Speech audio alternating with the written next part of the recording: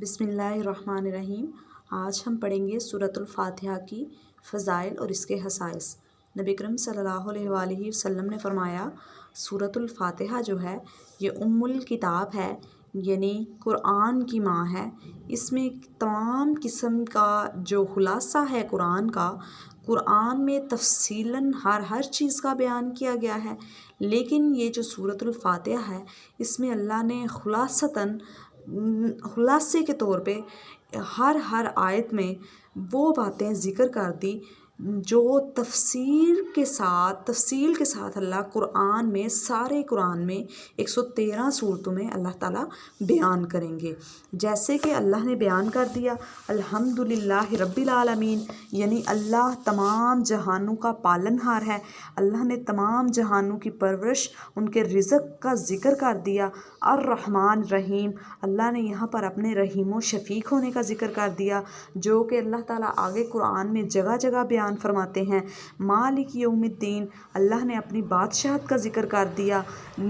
روز آخرت کا ذکر کر دیا، جو کہ قرآن میں جگہ جگہ پر اللہ نے اپنی بادشاہت کا ذکر اور قیامت کا ذکر، جزا و سزا کا ذکر، جنت اور جہنم کا ذکر کیا ہے۔ ایاک نعبد و ایاک نستعین، یہاں اللہ نے اپنی عبادت کا ذکر بھی کر دیا، جو کہ ساری دنیا ہی اللہ نے اپنی عبادت کے لیے بنائی، اور یہاں پر اللہ نے آگے فرما دیا کہ مجھ سے ہی مدد مانگو، یعنی دنیاوی معاملات میں ہر معاملے میں جہاں پر کمی کوتاہی ہو یا مال کی کمی ہو یا رزق کی کمی ہو، ہر جگہ پر اللہ سے مدد مانگو۔ پھر اللہ نے فرما دیا کہ سیدھا رستہ اہدنا الصراط المستقیم، اللہ سے دعا بھی کرو کہ اللہ مجھے سیدھے رستے کی ہمیں ہدایت دے۔ اسی طرح ان صحابہ کرام کا تذکرہ بھی فرما دیا، صراط الذین انعمت علیہم، ایسے لوگوں کا رستہ جن پر تو نے انعام کیا ہے، یعنی صحابہ کرام کا ذکر قرآن مجید میں جگہ جگہ پر ذکر ہے، نیک لوگوں کا ذکر جگہ جگہ پر ہے جہاں پر اللہ نے جن پر انعامات کیے۔ اسی طرح اللہ نے فرما دیا غیر المغضوب علیہم ولا الضالین، یہود و نصارہ کا ذکر بھی کر دیا، جو کہ جگہ جگہ پر اللہ نے قرآن مجید میں یہود و نصارہ کا ذکر کیا ہے۔ اسی طرح یہ کتاب الکتاب ہے، یعنی سورۃ الفاتحہ سارے قرآن کی ماں ہے۔ آگے سورہ شفا اس کا نام بھی رکھا گیا ہے، کیونکہ اس کے پڑھنے والے جو بھی اس کو پڑھے گا، دم کرے گا پڑھ کے، اس کو شفا ملے گی۔ اسی وجہ سے اس کا نام سورۃ الرقیہ، یعنی پڑھ کر پھونکنے والی سورت دعا بھی رکھا گیا ہے۔ ایک صحابی فرماتے ہیں کہ اس نے 3 دن صبح شام ایک بیماری پر دم کیا تو اللہ کے حکم و فضل سے ان کو شفا یابی ہوئی، انہوں نے شفا پائی۔ اسی طرح اس سورت کا نام سورۃ الکنز بھی ہے، یعنی خزانہ، کیونکہ یہ جو سورت ہے یہ عرش کے خزانوں کے نیچے سے ایک خزانہ ہے جو اللہ نے ہمیں دیا، جو اللہ نے امت محمدیہ کو دیا۔ کہتے ہیں کہ یہ سورت نہ تو اس جیسی سورت نہ اللہ نے پہلی کتابوں میں نازل کی، نہ ہی تورات میں، نہ ہی انجیل میں، نہ ہی قرآن مجید میں اس جیسی کوئی اور سورت موجود ہے، یعنی اس سورت کی یہ فضیلت ہے کہ اس جیسی کوئی اور سورت نہیں، اور یہ عرش کے خزانوں میں سے ایک خزانہ ہے۔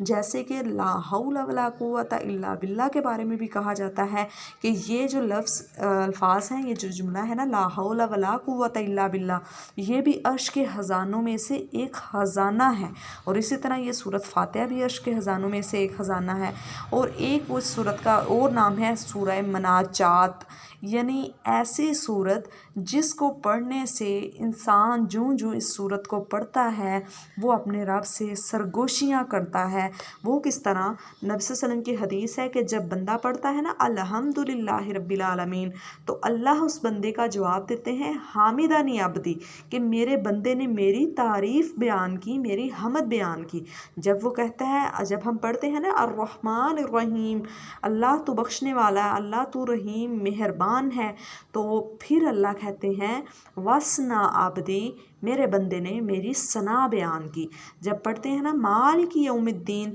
اے اللہ تو ہی قیامت کے دن کا مالک ہے، تو اس وقت اللہ کہتے ہیں مجدانی عبدی، میرے بندے نے میری بزرگی بیان کر دی۔ یعنی جو انسان یہ صورت پڑھتا جاتا ہے تو اللہ اس صورت کے پڑھنے والے کو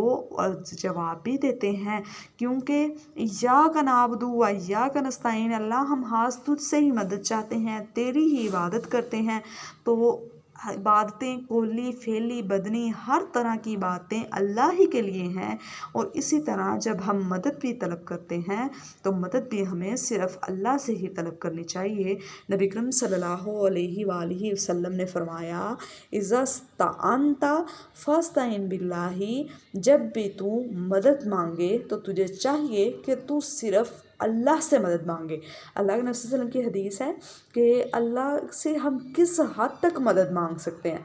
یہاں تک فرمایا کہ اگر جوتے کا تسمہ بھی ٹوٹ جائے وہ بھی اللہ سے مانگو، اور اگر گھر میں نمک ختم ہو جائے، یہاں تک کہ نمک ختم ہو جائے پھر بھی ہمیں نمک بھی صرف اور صرف اللہ کے ساتھ سے مانگنا چاہیے۔ اس کے علاوہ اور اس سورت کا ایک نام ہے سورۃ الاساس، یعنی بنیاد۔ یہ سورت بنیاد ہے نماز کی، اور نماز اساس کا مطلب ہوتا ہے رکن،